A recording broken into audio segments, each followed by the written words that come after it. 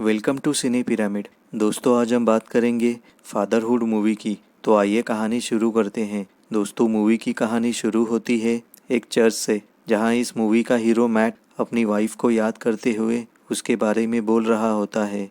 फिर यह scene cut होता है और कहानी फ्लैशबैक में जाती है। फिर हमें एक क्लिनिक दिखता है जहां मैट और उसकी pregnant wife Lisa routine checkup के लिए अपने फैमिली डॉक्टर के पास जाते हैं। वहां जाकर उन्हें पता चलता है कि उनकी रेगुलर डॉक्टर छुट्टी पर गई है।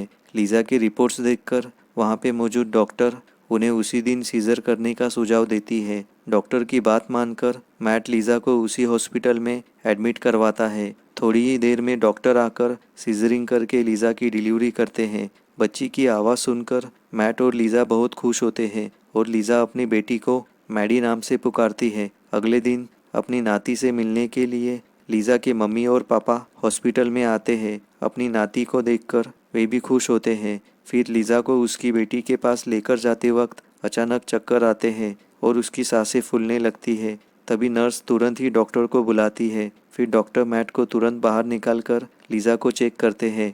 थोड़ी ही देर में डॉक्टर मैट को बैड न्यूज़ देता है कि लीजा की मौत हुई है। यह सुनकर मैट और लीजा के पेरेंट्स रोने लगते हैं। फिर हमें मैट का घर दिखाया जाता है। लीजा के अचानक जाने से अपनी बेटी को संभालने में मैट को मुश्किल आ सकती है। ऐसा सोचकर लीजा की मॉम और मैट की मॉम मैट को मिनीसोटा जाने के लिए बोलते हैं। मिनीसोटा में लीजा के पेरेंट्स रहते हैं। उनकी यह सोच होती है कि मैट के वहाँ जाने पर मैडी को संभालने में मदद मिलेगी, लेकिन मैट वहाँ जाने से मना करता है क्योंकि उसे लगता है कि उस घर से लीजा की यादें जुड़ी हुई है और मैट अपनी जॉब और दोस्तों को छोड़ के मिनीसोटा नहीं जाना चाहता। मैट के मना करने पर उसकी सास मैट को बोलती है कि बच्चों की देखभाल करना कोई आसान काम नहीं है। अपने सास की यह बात मैट चैलेंज के रूप में लेता है और अकेले ही मैडी की परवरिश करने की ठान लेता है। अगले दिन मैट ऑफिस जाकर अपने बॉस से घर से काम करने की इजाज़त मांगता है,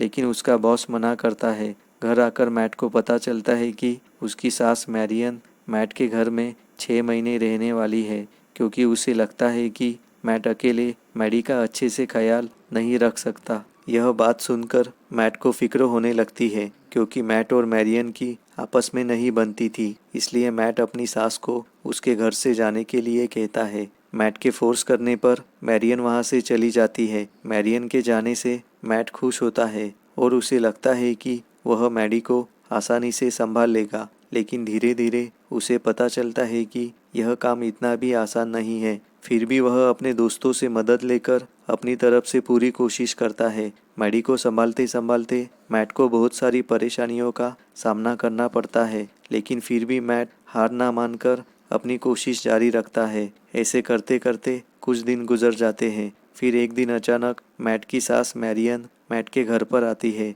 और मैट को याद दिलाती है कि मैडी को रूटीन चेकअप के लिए डॉक्टर के पास लेकर जाना है। फिर मैट तुरंत ही मैडी को लेकर मैरियन के साथ डॉक्टर के पास जाता है। मैडी का चेकअप होने के बाद मैट को लगता है कि उसने मैडी की अच्छे से देखभाल नहीं की है और वह डॉक्टर के सामने अपनी गलती स्वीकार करता है। तभी डॉक्टर कहती है, मैट तुम एक अच्छे पिता हो और तुमने मैडी का अच्छे से ख्याल रखा है, क्योंकि मैडी की ग्रोथ अच्छे से हो रही है। यह सुनकर मैट की आंखों में खुशी के आंसू आते हैं और मैरियन को भी एहसास होता है कि मैट एक सिंगल पेरेंट होने के बावजूद अपनी जिम्मेदारी अच्छे से निभा रहा है। फिर कुछ दिनों बाद मैट मैडी को लेकर अपने सास ससुर के यहाँ मिनीसोटा जाता है। मैट लीजा के रूम में जाते ही उसके मन में पुरानी यादें ताज़ा हो जाती है। तभी मैरियन मैट से कहती है कि मैडी को एक परिवार और माँ की ज़रूरत है। यह सुनकर मैट बाहर चला जाता है। फिर अगले सीन में मैडी थोड़ी बड़ी हुई दिखाई देती है।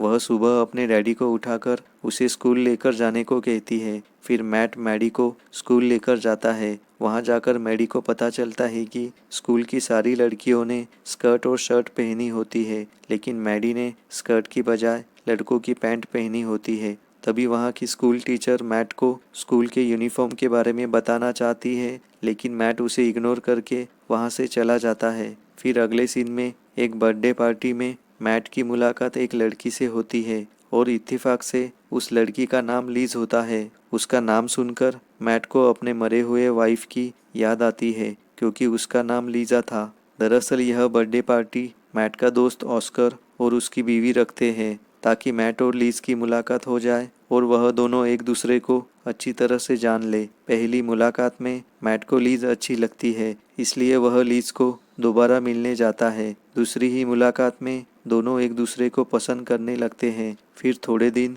दोनों एक दूसरे को डेट करते हैं। उसके बाद एक दिन मैट लीज को मैडी से मिलवाता है। तभी लीज खुद को स्वॉन नाम से इंट्रोड्यूस कराती है। फिर थोड़े ही दिनों में स्वॉन मैडी और मैट के साथ घुल मिल जाती है। फिर एक दिन स्कूल में खेलते वक्त मैडी के सर पर चोट लगती है, इसलिए इलाज के लिए तुरंत उसे पास के अस्पताल में भर्ती कराया जाता है। तभी स्कूल टीचर मैट को कॉल करती है। मैट तभी स्वॉन के साथ होता है। उसका फ़ोन साइलेंट मोड पर होने की वजह से वह कॉल नहीं उठा पाता। बाद में पता चलने पर मैट कॉल बैक करता है और मैडी से मिलने तुरंत अस्पताल जाता है। वहाँ मैडी के सर पर कुछ स्टिचेस लगते हैं। मैडी की यह हालत देखकर मैट को खुद पर गुस्सा आता है। फिर मैट मैडी को घर ले जाता है। थोड़ी देर बाद स्वॉन मैडी से मिलने घर पर आती है। तभी मैट स्वॉन को मैडी से मिलने नहीं देता और उसे वहाँ से चले जाने को कहता है। यह सुनकर स्वॉन को बुरा लगता है और वो वहाँ से चली जाती है।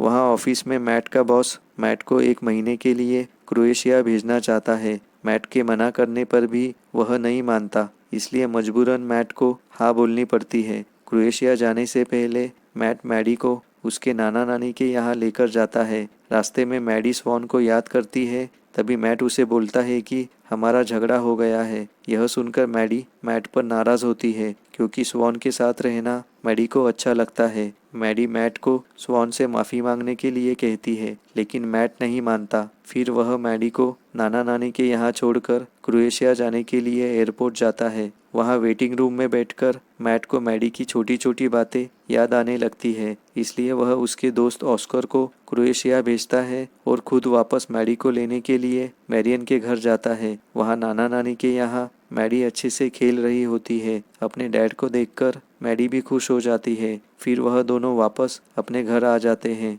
अगले दिन मैट और मैडी स्वॉन से मिलने जाते हैं। वहाँ मैट स्वॉन को एक गुलदस्ता देकर सॉरी बोलता है। तभी स्वॉन मैडी से कुछ देर बात करके मैट को माफ़ कर देती है। फिर वह तीनों आइसक्रीम खाने के लिए बाहर जाते हैं और यहीं पर मूवी खत्म होती है।